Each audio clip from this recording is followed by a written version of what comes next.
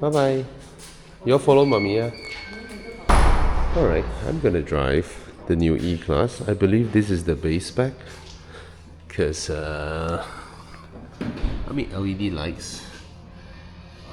I don't really fancy the peanut shape of the headlights or these gloss black grille enclosures. But overall proportion of the car, I think is nice. At least it doesn't look as bulky and as heavy as the new 5 Series. These are also a bit of a EQ influence. I like the door handles though, the way they glide up, the way they put lights behind the chrome. I think that's classy in the usual Mercedes way. And it's speaking of usual Mercedes way, like all Mercedes cabins, when you pop open the door, they make you go, wow. I mean, not exactly wowing someone like me because I know what to expect, but for most people, when you see this, you go, wow. Alright? And the seats look good, but headrest, I'm not so sure about the headrest because it's sort of like poking on the back of my neck, but you cannot see this as a valid judgment because everybody has a different height, right? So if the headrest doesn't suit me, doesn't mean it won't suit you. And I love how they shape this door handle, how they run the daytime running lights across, and then they have these knurled patterns on top. I think it looks fantastic. I don't like how these controls work because they are no longer push. They're not pushable like the old ones. They are merely touch sensitive, and I find it a bit as though it doesn't register your inputs. Wait, let me plug in my phone and all that, and then I mount you guys up. There's no heads-up there's no heads-up display because I believe this is a low-spec car, and there's no, sunroof or moonroof of that sort. Where do you think I should mount you guys? Probably I mount you guys on this side, alright? Because there's nothing much to see in terms of my face, so I'll just mount you on my doors, alright? Alright, I hope you guys can hear me. First things first, the steering wheel is a nicer wheel to hold than the one in the BMW. Meaning, it's not that the BMW's one is bad, that one is nicely finished and plush as well, but BMWs tend to make their steering wheel too fat. You see, the Mini in front, my wife is driving. She used to have a Mini, she loved her Mini, but she is telling me this new Mini steering wheel is so fat, it doesn't make sense. Mind you, she's not a small figure woman. She is 170 cm in height. Alright? So for her palms to feel that the steering wheel is too fat, no, not just her, in fact me, my palms, I can hold a basketball, mind you. I'm 180 cm. I also find modern BMW steering wheels unnecessarily fat for absolute no reason. It's not comfortable when it's too fat.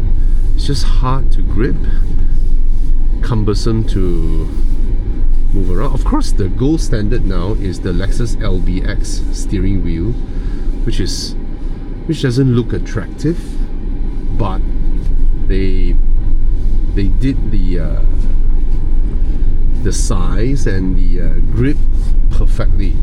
Perfect. Now, in terms of steering wheel design, the previous generation Mercedes-Benz steering wheel is still the best, the one where both sides are satin chrome, and then you have 2 rows of buttons. The top will be the touch sensitive button. This one is a continuation of that, but they integrate like a 3-star design into this. And I have to say, man, this new E-Class, very nice to drive. It is nice. It is just outright nice. Now, both cars, the 5 Series and E-Class, in my opinion, from the outside, they belong in the ugly category in terms of car design. Alright, the previous generation E-Class W213 pre-facelift, that is good looking, and of course 212 is absolute class. 211 is just timeless. Alright, but 213 pre-facelift is nice. 213 facelift is a poor effort. This one is a clueless effort, a bit like at least the 5 Series has a direction. This one has a direction whether you like it or not. This one, on the other hand, doesn't offend people, has a little bit of kink in the headlights and the tail lights, and that's about it, you know? Because it's like, where should we go with this? Where should we go with this? Okay, let's put a little bit of EQ in here in case we want an E-Class that is both petrol and EV. I guess that's why you ended up with this design, but I won't delve too much on the design. I will call it the inoffensive design to most people, only to people like me where I see their past, I see their present, you know. That generation is a good design language, you know. Mercedes had their home run in the 2015 onwards. All their designs are fantastic, and then suddenly the EQ series sort of affected how this one looks. Yeah, this one you can't see much of the cabin, right? I believe you guys can't see much. Let me try and adjust you guys a little bit so you get to see more, I suppose. Would that be better? Yeah, I guess you get to see everything. Alright, so this one, I mean, I like how these looks, you know, like nice leather, you know, satin chrome. At least these aircon vents, at first they don't look that intuitive, but definitely 10 times better than the modern ones in BMWs. Alright, at least I see what's going on. They try to have the daytime running, the ambient lights run through the aircon vents, and then they align this jog dial with, I shouldn't do a interior review with a driving footage. Anyway, let's talk about the drive. Suspension is done really well. Transmission response is good enough.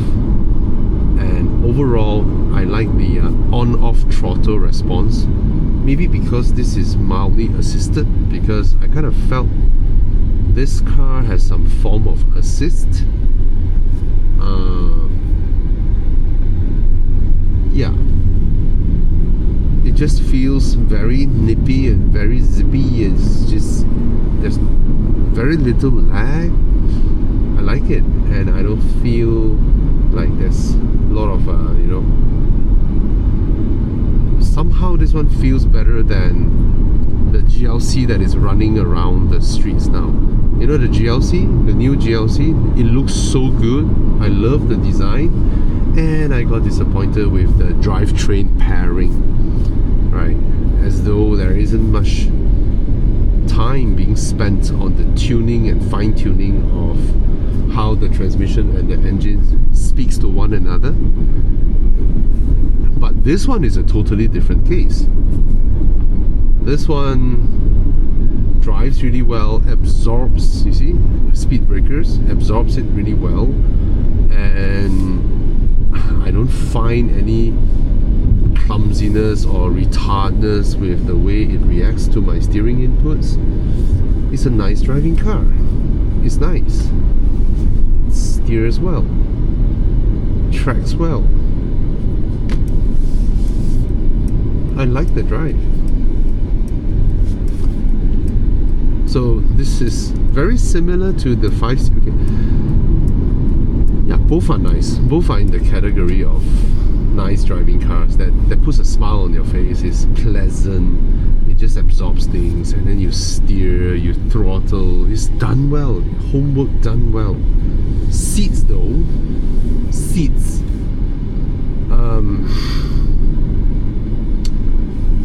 Still trying to find a comfortable seat, but mind you, it's unfair because my Audi or my BMW are higher range German cars, where I know, but German cars need to stop doing this, but that's how they make money. They give you lousier seats when you buy entry level or lower entry cars, and then only they give you proper seats as you buy higher up the range. Unlike Volvo, which gives you the best seats even if you buy their cheaper cars. So that's something that I'm used to those, but I guess no lah, Chinese cars can give you proper seats for cheap prices. Anyway, alright, so I like how it drives. I think it's comfortable. I think it's nice. Alright, since this is a Mercedes-Benz, it is always better to do the interior walk around in a lower light condition, because that's where you can see the full glory of its interior. Now, like it or not, this is an attractive cabin, attractive looking cabin. The moment you step inside, you'll be wowed by these. All right, and this is the infotainment system, a very large screen, but again, you will see very little stuffs hovering around, because like many manufacturers, after they give you a large screen, they don't really know what to do with the rest of the available space. But nevertheless, the integration of the screen is very nice, you know, and I like the finishing of the car. The fit and finish of this new E-Class is miles better than, you know, those Mercedes with their long vertical screen, like the current generation C-Class, S-Class. Those, I believe you've seen all the videos of the interior making all sorts of ASMR noises. You know, this one seems very well built, very solid. Everything feels solid, like Mercedes of yore. Yep, no sounds at all. No sounds at all. It's very well fitted. I like the integration of the screen over here. This one is a bit inspired by the EQ series of cars.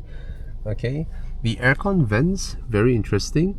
So the vents have this curvature design that sort of makes you look as though it goes one line all the way here. All these chrome surfaces are cold to the touch. Very nice quality feel to it. And they want you to feel as though this hovering ambient light is, you see, visually it feels as though this thing is hovering in the air, right? But it's actually a curved plastic behind.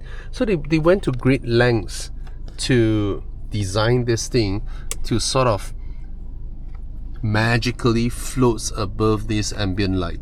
So I think this is a very good effort in their design execution, and it doesn't make it hard to use, except this one a little bit because of the angle. So it's a little bit unintuitive because this thing is slanted this way. So intuitively you may think you are adjusting it that way, but no, it is adjusted this way.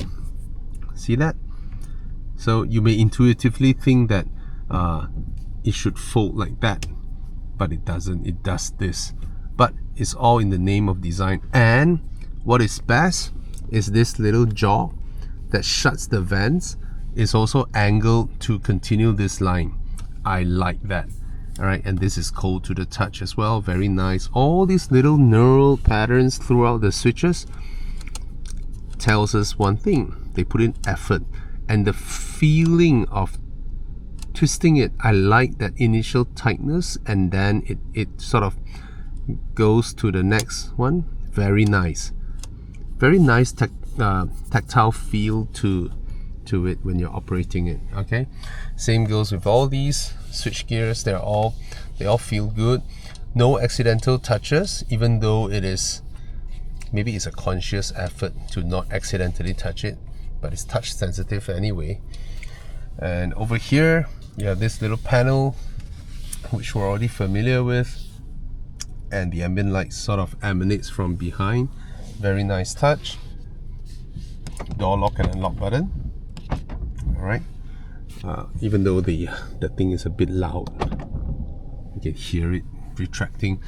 This one, on the other hand, I don't understand this. Mercedes has some of the best buttons in their previous generation cars, like the W205, W213. They have excellent tactile feel. When you push them, you feel the whole thing being pushed, you know.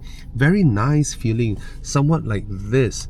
But this one, they went touch sensitive, as in this thing actually doesn't move. You're just merely touching the shape of this to do what you want. It's weird. So, and at times I find myself pressing a bit too hard on it, because it's as though it's not budging, but actually it does. Okay, and these are touch sensitive as well. Speaker grills. This one is very nice to the touch. Alright, this part here. This whole thing is satin chrome, and then it has this knurled pattern on top. Feels really good, and it feels as though it's floating, but there's a connection behind just to make it sturdier. But of course, the upper part and the lower part are two materials, and the outside fit and finish is done really well with the ambient lighting.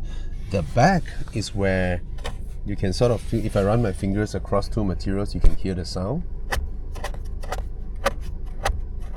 Yeah, that feels a bit like, no, this is much smoother. So it's basically two materials, not maybe one is a little bit jutting out, so you feel the sharp edges. But I'm nitpicking here. Okay, here below here is covered in felt. Nice. And you have the boot opening over there, and then it's a large door bin, but it's not fully open. Again, there are no speakers here, and this thing extends all the way in, but somehow they made it look like you see, it's like a hidden compartment.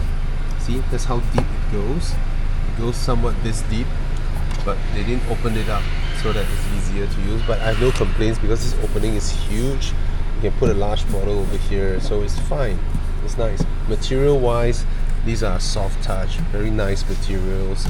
At the end of the day, it's still an E-Class, right? And this part, you cannot feel the molding line because this outer soft touch material wraps over the plastic, so it's nice. Fit and finish is noticeably improved over the previous generation. As with this part, it's still a little bit, but no, it's nice. This one as well feels good to the touch. Wood surface, nice patterns, and then this little mechanism here, and this thing goes down. See that? And it's a smooth action. Yep, very classy. And I like the fact that everything inside here is funny. This one is a retractable cup holder, but this one is not. This is static. Okay, so you can put your bottles, you can put your stuffs, right? Very usable, very usable. I like it. There's a wireless charger over here. Are there air being routed here? Don't feel cold. Nope, none. But it's fine. It's a wireless charger, but you have the two USB-C ports over here, so it's conveniently placed, and you can place everything inside here. You can put quite a bit of stuff. I like this compartment. Look at that. You can put a lot of stuff in here and then have them out of sight, and when you drive they won't be flinging around. Alright, and there's again ambient lighting over here, very nice. This split opening, split opening is the best. You don't need to open up the whole hinge, right? Yep, another 2 USB-C ports over here, and yep, inside is carpeted, nice. And over here, what do we have? Oh, interesting. Okay, the lid isn't covered in felt, but the insides are covered in felt. That looks like carpeting. Okay, so it's all right. The seats are okay, but not the best Mercedes seats I've sat on. Predominantly because of the headrest, I suppose. It's not very shapely, and yeah, push it up or down. Yeah, the headrest. The seat looks good. The seat looks good, but I would say it's just okay. Plush enough, soft enough to be comfortable. Steering wheel, nice, but of course they have a previous steering wheel that's even nicer. Shutdown occurs when locked or automatically in. Do not leave persons, but it will shut off itself if you leave it on for too long. Alright, so this one is all touch sensitive. I like the girth of this. I think it's a better steering wheel to hold than the fat BMW steering wheel in the 5 Series. And overall, I find it comfortable to hold. But of course, in terms of adjustments, I have to push it that to see. And then this is very clear. See, sometimes, right, we don't need all the crazy fancy stuff. You know, the old Mercedes screens, you can adjust a lot of stuffs. Right? You can change a lot. I'm sure you still can, just that, oh yeah, there we go. There we go. Sport. Look at that. And all their designs are better than BMW's. BMW's design is horrible. Alright. Okay, I'm changing the color. No, I didn't ask for that. So that's the navigation view. And it's so easy to operate, right? Assistance view. So you can I can do things for you whenever you want, such as calling someone, writing text messages, or playing music. Because my heart's in it, I know everything there is to know about driving in your vehicle. For example, you can tell me, hey, cancel! Mercedes, drive me home, or ask, hey, cancel! Mercedes, congestion on my route. Oh my god. Oh my god. Alright, so yeah, it's pretty easy to use. And over here, this is the main screen. You have sort of like navigation graphics behind, and these are your shortcut buttons to your apps. And what's interesting is they have, like, under media, these are the most commonly used stuffs. They are actually they have like a shortcuts. You get what I mean? Like under comfort, these are the quick access that you can. Driver seat kinetics. What is that? Alright, anyway, so the two most used stuff inside here is listed out, so makes it slightly easier, okay, and pretty straightforward. No magic here, but I would say it is way easier to use than BMW's new iDrive screen, which is still horrible. What is your destination? Oh my god. Cancel! I was never gone. Don't talk so much, please. Please. Okay. And then you can adjust the temperatures like that. Alright. Temperature settings are not available at the moment. Oh my god. Cancel! And this is for the air volume. Okay. And this is the menu for the air conditioning. Right. So, yeah. Pretty alright. But again, you see, the screen... You could have done a lot of these with a much smaller screen. Anyway, okay, here you have some so-called external buttons, but it's a single panel, touch sensitive. So what do I do with this? Oh, press this and this menu comes out. And what's that? All the Parktronic manual, whatever. yeah, active lane, keep assist and all that. Hazard lights. Okay, that's your screen. Okay, 360 is really nice in this car. It's rendered really well. In this one, you change your drive modes: comfort, economy, right? Yep, individual. Okay, and then this one turns off. What does this do? Or you can turn off the display if you want to, so it's off, so it's not glaring at night. This one adjusts your entertainment volume, which you can also do it here. Okay, so yep, that's the front compartment. Visors feel, one word, cheap. The visor feels cheap, and it's not normal cheap, it's rather cheap, right? It's plasticky holder, the light on top. Yeah, see, even sounds cheap when you close this. Yeah, cheap. All right, pedals feel good, very nice. Let's go to the back seats. That's my seating position.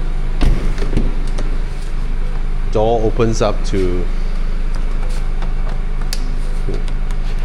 doors open up to almost 80 degrees, which is a nice angle, and the seats look plush and nice. Let's come in and have a seat. Alright, very nice. Look at that, full length. For some reason, the W21, it's so dark behind. Yeah, it's so dark. For some reason, the W213 doesn't have full length rear bench. And I think this is very comfortable. The rear seats are very comfortable. Very nice. This is the little compartment over here. Finally, wall E is gone. You know, the rounded wall E. Somehow they still like to use really hard, cheap plastics here for some reason. Why can't you use the same approach as this soft touch feeling? It's also a plastic behind, but there is a layer of soft touch here. Why can't you finish it here so that when we run our fingers, we have leather, plush, soft touch, and all of a sudden, the hardest plastic they can find in the Mercedes factory. Why? I don't understand that. Okay, carpeting is nice. The seats are comfortable. The ISOFIX is integrated, so you don't lose the covers. And you have rear blinds, and the seating position is okay, somewhat upright but acceptable. It's a nice seating position, and then my vantage point is much higher than the front passengers, so I get good visibility looking out. This one is easy. All right, even though the hooks may look like they can break very easily. Yeah, I don't like this execution. It just doesn't look atas enough. There's a little hook here. This one adjusts your seat belts. Nice. And overall, the rear seat is comfortable. The cushioning behind here is comfortable for your ankles. And yep, it's a good rear seat, comfortable. And this one is nice. It holds your phone. Push it a little bit more. Cup holders. Yep, good. And the boot space is huge. This car has a large boot. Very big. Very, very large boot. And I appreciate this hook where you can hook your stuff, so you can lower your seats, and other hooks. And what is here, oh my god, it's huge, man. A hidden compartment over here. Very, very nicely executed boot. Both sides can be lowered. Car makers, if you're making luxury cars, please also carpet this part. Looks better. Alright. And yep. So what about the design? Now I'm impartial with the design because I think this car has a lot of unnecessary little curves that attempt to make it look more sensuous, but I don't find this attractive. Some people may find it attractive. Wow, the lights, so amazing. Mercedes logo. It's not ugly, but I would call it uninspiring. The design is uninspiring. You still have the classic Mercedes E-Class shape, but at least it doesn't look as bulky or as heavy as the 5 Series. Both the 5 Series and this E-Class to me are not as pretty as their previous generation. Both cars to me are not as pretty as their previous generation. This one has that peanut eye thing going on, which is again uninspiring. It almost looks as though somebody else is trying to mimic a Mercedes design and just give it a little bit of kink here and there to avoid being sued. But this is done by Mercedes-Benz themselves. Alright, so I like this one. This one looks really classy. Okay, and it feels good to the touch. And the lighting is on point. The way the lights emanates off this chrome surface and the Mercedes-Benz logo there is on point. It's proper, classy design. Okay, so what's my verdict of this car? I like it. For the first time, I'm not complaining the drive of a Mercedes E-Class over that of a 5 Series. I think this car has done really well in terms of its suspension dampening, the way the car drives, the drivetrain pairing. They've done a good job. They've done a really good job. This time I really feel Mercedes engineers put in effort on the driving tuning, drivetrain pairing part. It's nice. And another thing is, even though this interior design is not my taste, right? I mean, in the BMW, the new long screen 5 Series, outright crap. It is outright crap, lousy execution, bad UI. It's just bad. That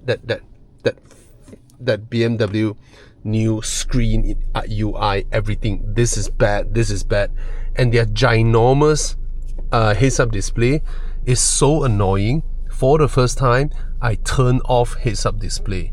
Instead of looking for heads-up display, I turned it off because there is a lot of unnecessary graphics being projected onto the heads-up display, affecting my drive with color, brightness and all that. Cancel, please cancel.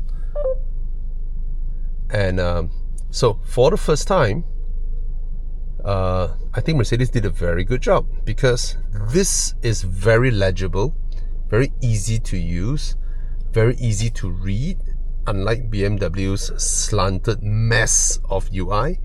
And then this one is also very easy to use. Nothing groundbreaking over here. Okay, nothing like crazy awesome, none. But the graphics are good. There's no lag, right? And it's well done. It's well done. I mean, it's not a huge departure from the previous infotainment screen. It's just the layout is a little bit different, but the screen is integrated nicely. It's very easy to use compared to BMW's mess. Even though these is not to my liking, but I cannot deny they've done a very good job. So personally, this interior design is not to my taste. I'm more of a Volvo interior design kind of person, right? But this your one, phone can be connect. You can connect your phone God. here. Can I help you with that? please cancel. All right, I'll help you. Is Bluetooth already activated on your smartphone? Shut up. All you need to do is select. Oh my God. Okay, that can kill me in the long run. So I've been in quite a few Mercedes test cars where the Mercedes Me thing is being switched off. Cancel, Can please. you say that again? Cancel.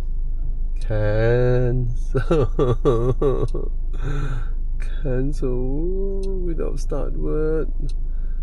Please. Shut up. How do I? No, don't talk to me. Don't. I don't know you. Please do not speak to me. Thank you so much. Yeah. Thank you. So I like the drive, I like the comfort, I like the interior build. I think the interior is easy to use, and the drive is, I would say the BMW edges out a little bit in comfort, and also edges out the Mercedes-Benz a little bit, quite a bit more in sporty driving. But that's not a deal breaker, because when you buy a car, it's not just the driving part. This is equally important, how you use this every day, and I think this is done better than the 5 Series.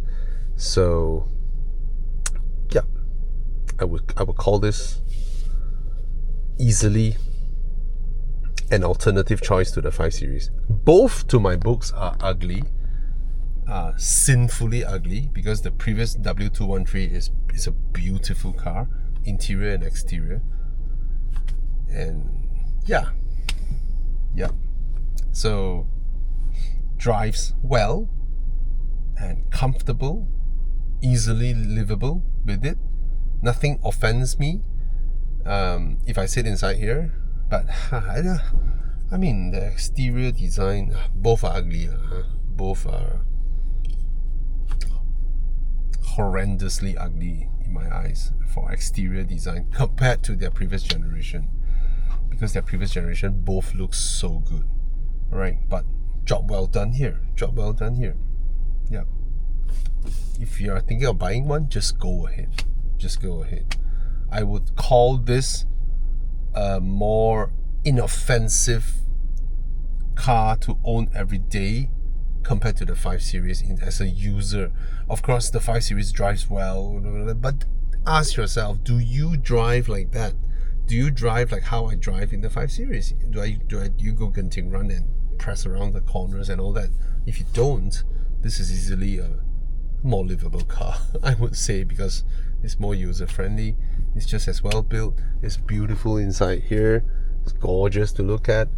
Some people like it, not to my liking, but I was fetching my cousin and he loves it. Alright, that's the new E-Class. Cheers. So, I want to make a weird conclusion, weird for me probably, is that for the very first time, if I ask myself which is a better car, as in this is the E-Class E200, and then obviously the most direct competition is the 5 Series. Sorry, can't hear myself wearing headphones. Yeah, the most direct competition will be the 5 Series, which I have just reviewed earlier on. So just to recap a little bit, when I reviewed the 5 Series, I do not like how its exterior looks. I think it is a step back. I think it is uninspired, and they have no idea what they want to go, and they just finish the job. It is not good looking, period. Okay, as for the interior, it is, just that long screen and then loads of ambient lighting, and then you have that cheap panel over here to touch the buttons and all that. Yeah, well built, extremely comfortable. It is extremely comfortable, and the handling is spot on. Really, really good handling in the 5 Series. Alright, and the car is huge, even though the interior room hasn't seen much of a huge improvement. Okay, I wouldn't call it improvement. The 5 Series is already very, very comfortable. The previous 5 Series, the G30 5 Series, is already extremely comfortable, spacious, But when the new 5 Series came out, exterior wise, it grew so much. It is so big from the outside. The whole car, the entire car is so tall. you would have expected a lot more interior room, which it is just almost the same as the previous one. Okay, now this is the E-Class. I can say exterior wise, it doesn't look like it grew a lot from the previous E-Class, the W213, from the exterior. But interior, front is more or less the same. In fact, I think the previous E-Class is more attractive in terms of interior design. But rear wise, for the rear seats, this car improved by leaps and bounds. Okay, it matches up to the 5 Series, which the previous E-Class is pretty tight at the back there. The seats are short, not the most comfortable place to be in. The driver's side, for right-hand drive versions, it doesn't come with a footrest. I'm talking about the previous E-Class, right? They forgot the footrest. Why do I say forgot? Because in the left-hand drive, you have it. And in the previous E-Class, they have it. Now, this new E-Class, the footrest is back. I have a proper footrest. Rear seat room has improved. Exterior-wise, it doesn't feel as though it is a much larger car. So maneuverability, driving it wise, is nice. Okay? And it doesn't have some bulky dashboard just to make you feel claustrophobic. It feels nice, it feels comfortable, easy going, easy to drive in here. Now when it comes to comfort, this is also very, very comfortable. By far more comfortable than the previous E-Class.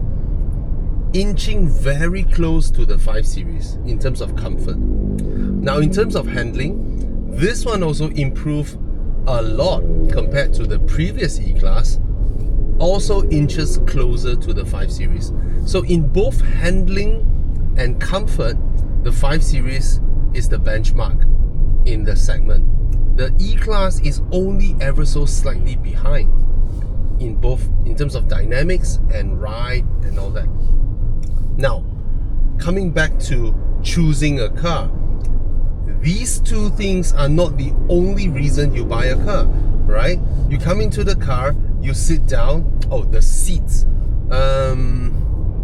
I will call them more or less the same because these are entry-level seats, okay? But when it comes to buying a car, this and this is also important. And in this and this, the new BMW long screen failed big time. They failed big time. It's horrible, it's hard to use, the graphics are stupid, a lot of things just doesn't make sense. Fancy graphics without giving you proper good information, not much of customizability. The only way you can customize the BMW 5 Series Speedo cluster is toggling from one ugly, useless UI to another ugly, useless UI. Alright, it's either the shape is like this, or it's useless, pointless. Again, it shows the team that was in charge of doing it have no idea what they want to pursue. There's no vision here. They just come up with some graphics and the chief engineer signed it off. Alright, heads-up display as well. The BMW 5 Series heads-up display is for the very first time, the very first car that made me want to switch off the heads-up display. Why? First of all, of course, they market it as being huge, bright, graphics, color, but I do not want a colorful projection that is so big projected right in front of me when I'm driving. It is annoying. It is so annoying. The rev counters doing that in your heads-up display. Who the hell want to see your rev counters on your heads-up display? Why do it at the first place? It's horrible. All I need is the speed, but you give me two large triangles with bright colors projected on my windscreen. So I went all out to turn it off. As you know, in modern BMWs, it's very difficult to find things in that iDrive, right? It's just horrible. Back to the Mercedes. This interior design is not my taste. Same goes with the 5 Series interior design. It's not to my taste, but this is a personal opinion, right?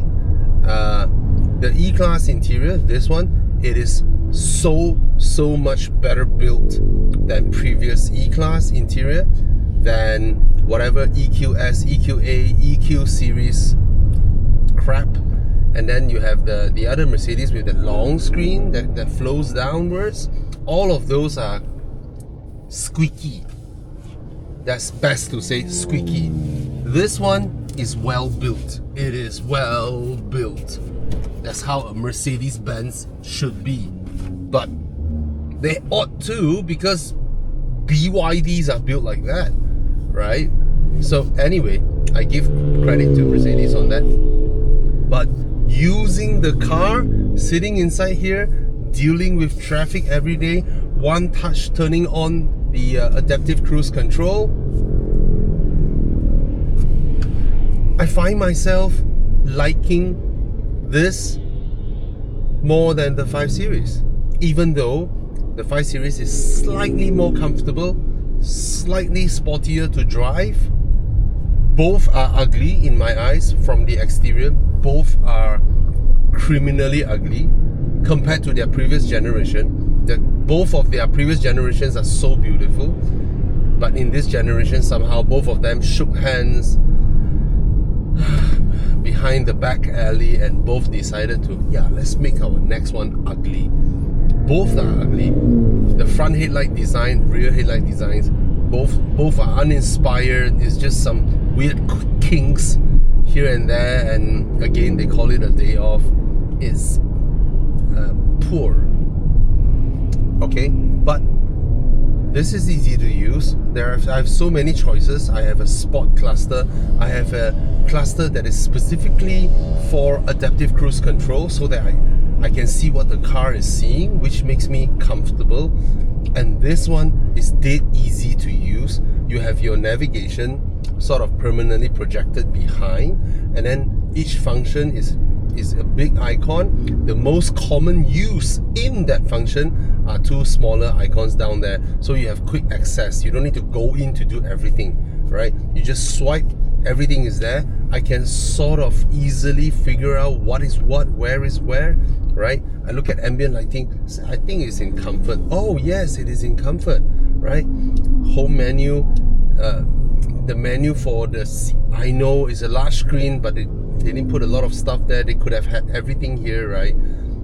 I don't know why they leave so much blank space when I press menu for climate control, but for the fan speed and for the temperature, it is not here for me to quickly adjust it. It is silly. Okay, this is also a sign from a lot of car makers where after they enlarge the screen, they do not know how to actually make it simpler. You know, Germans are so stern, right?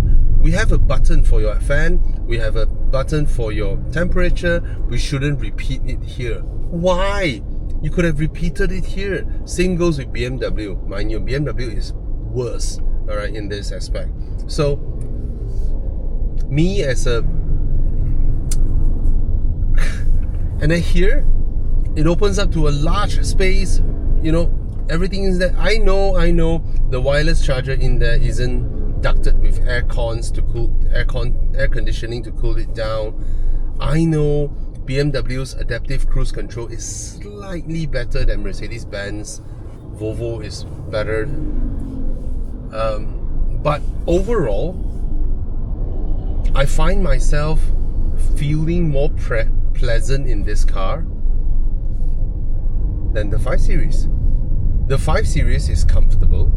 I only smile and enjoy when I drive illegally, right? But both cars, I don't like their interior design. But once I'm seated inside here, this cabin is very usable. It doesn't infuriate me. The BMW interior infuriates me whenever I need to do anything. The steering of the BMW is overly fat for no reason. This is just nice, even though the Lexus LBX steering wheel is nicer. Yeah, so the moment I step into this car, not concerning with how the front or back looks in terms of, yeah, they're ugly, right? I find myself feeling very pleasant, and I'm happy. Whatever I need to use, I can immediately figure it out. It's so easy. Whereas I think back to the BMW, if I'm doing this in the BMW, having so much time behind the wheel, behind the jam, and I want to do something with the screen, it infuriates me. Yeah. Yeah. So in terms of car buying, there are many aspects. Okay. So, but of course, at the end of the day, both cars are good cars. Both cars are comfortable, are well built, nice to drive, performance is good. Oh yeah, one of the things that Mercedes-Benz always did poorly last time is drivetrain pairing, drivetrain configuration, tuning and pairing. You know, as in how the engine and the transmission works together. This car, none of those issues. It works perfectly. I even love how the engine sounds when I go heavy throttle, and I like how it reacts. It's nice, no issues.